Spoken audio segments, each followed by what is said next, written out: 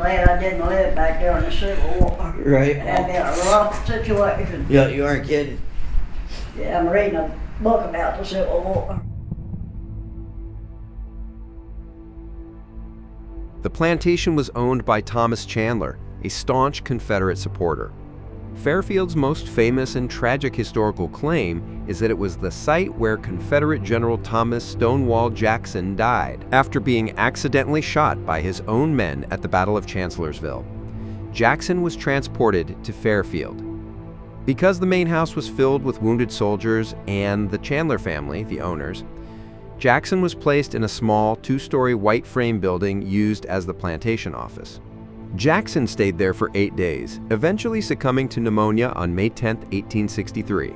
His final words, "Let us cross over the river and rest under the shade of the trees," are among the most famous in American history. Today, that office building is the only original plantation structure still standing. It is preserved by the National Park Service and is often referred to as the Stonewall Jackson Death Site.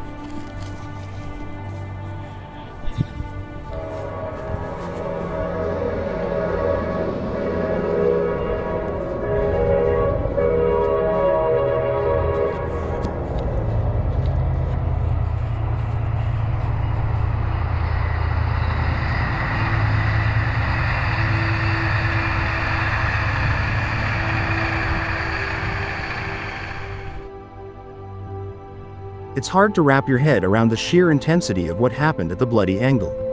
We're talking about 22 hours of non-stop hand-to-hand combat so fierce that a 22-inch thick oak tree was actually mowed down by nothing but musket fire.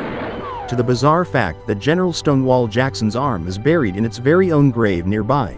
This patch of Virginia woods is thick with history and some seriously heavy energy. Whether you're here for the tactical genius of the earthworks or the local legends of weary sentries still walking the line at dusk, the atmosphere at Spotsylvania is unlike anywhere else on the back roads. From this point here, New York's infantry held this area, looking down onto the battlefield on the Bloody Angle. This is the site, Harrison House, where there was heavy fighting. After the fighting, 24 hours later, there's nothing left except the cellar. And that's about what you see over there. Cellar hole and a memorial stone.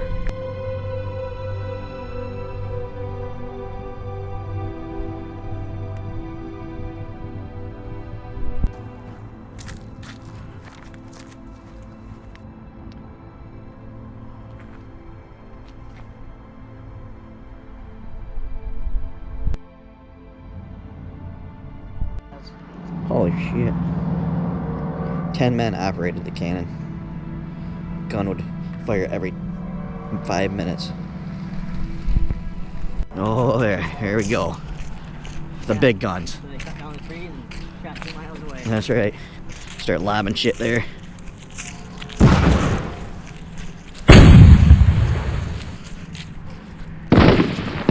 Stay off the cannons.